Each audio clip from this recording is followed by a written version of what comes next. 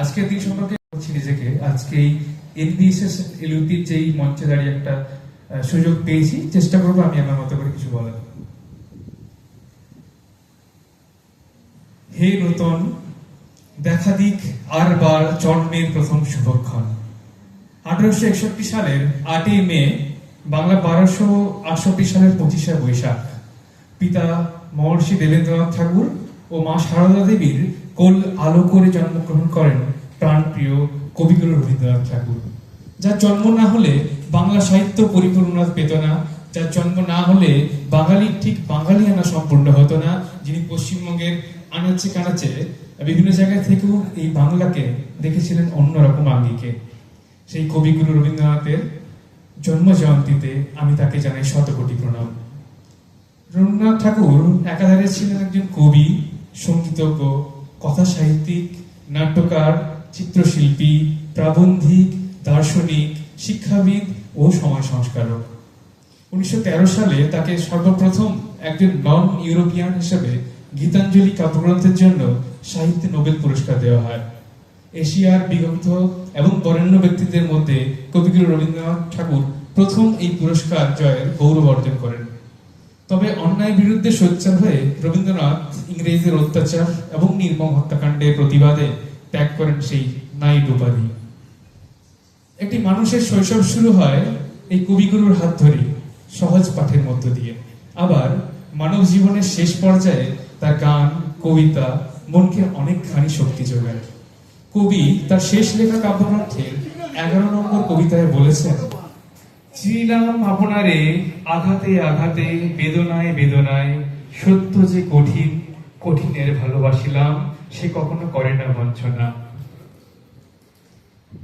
প্রাচীন ভারতবর্ষে যেভাবে তপবনে শিক্ষা লাভ হতো, কবিগুরু রবীন্দ্রনাথ ঠাকুর সেই আদর্শে উদ্দীপিত হয়ে নিজে গঠন করলেন শান্তিনিকেতন এক আশ্রম, যা পরবর্তীকালে এক মহিরুহে পরিণত হয়, যা আজকের বিশ্বভারতী বিশ্ববিদ্যালয়, যেটা আমাদের শিক্ষা ও সংস্কৃতি জ্ঞান চর্চার এক অন্যতম পীঠস্থান।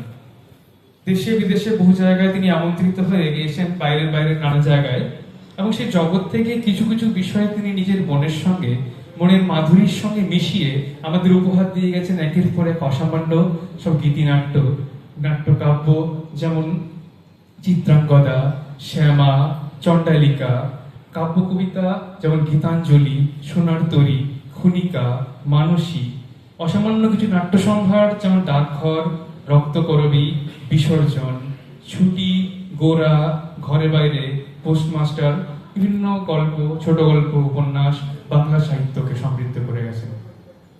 শিক্ষা, দর্শন, রাজনীতি কিংবা সমাজনীতি অথবা বিজ্ঞান প্রভৃতি বিষয়ে লিখেছেন একাধিক প্রবন্ধ।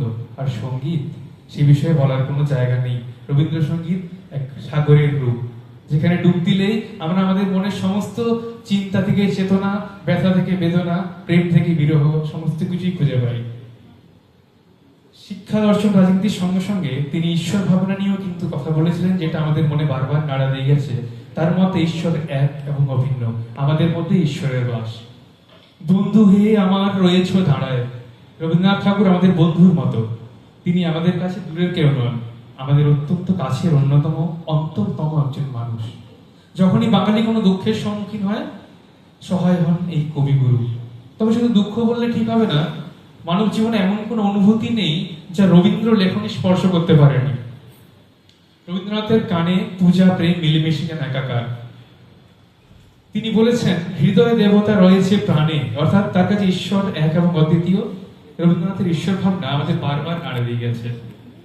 ভেঙে যাওয়া প্রাণ জেগে ওঠে তার লেখায়, যদি তোর ডাক শুনে কেউ না আসে, তবে একলা চল রে। সত্য, সুন্দর আর প্রেমের সাধনা হয়ে ওঠে তার সমগ্র কাব্য সাহিত্যের প্রয়াস। সকল ক্ষেত্রে স্পষ্ট উচ্চারণ বারবার ধ্বনিত হয়েছে তার অসংখ্য সৃষ্টিকর্মে।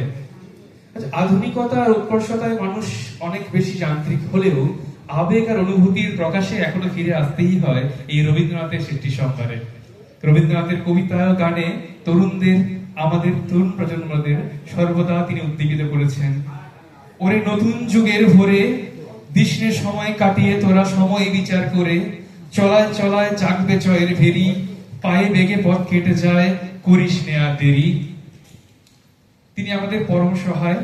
এত বছর পরেও রবীন্দ্রনাথের জীবন দর্শন ও সৃষ্টি আমাদের এই অস্থিরময় জীবনে সঠিক পথের দিশা দেখাতে পারে আত্মগ্লানির হাত থেকে মুক্তি দিতে। এই দমবন্ধকর আবহাওয়া থেকে একটু খোলা হাওয়া নিয়ে যেতে পারে আমাদের রবীন্দ্রসঙ্গীত। আলোকের এই ঝর্ণা ধারায় ধুইয়ে দাও, কিছুক্ষণের জন্য হলেও মানুষ কিন্তু একটু স্বস্তির নিঃশ্বাস ফেলতে পারে। যে কোনো পরিস্থিতিতে, অনুভূতিতে যিনি বন্ধু রূপে সহায় হন, তাকে কি শুধু আজকে করবো তা তো নয়, তিনি তো আমাদের প্রতিদিনের জীবনের সঙ্গী। তার সৃষ্টিকে আমরা তখনই মূল্য দিতে পারবো যদি তাকে নিত্য স্মরণ করি। আমরা যেন তার বাণীতেই তাকে বলতে পারি, বিপদে সম্পদে থেকো না দূরে, সতত বিরাজ হৃদয়ে পুরে, তোমা বিনে অনাথ আমি অতিয়ে।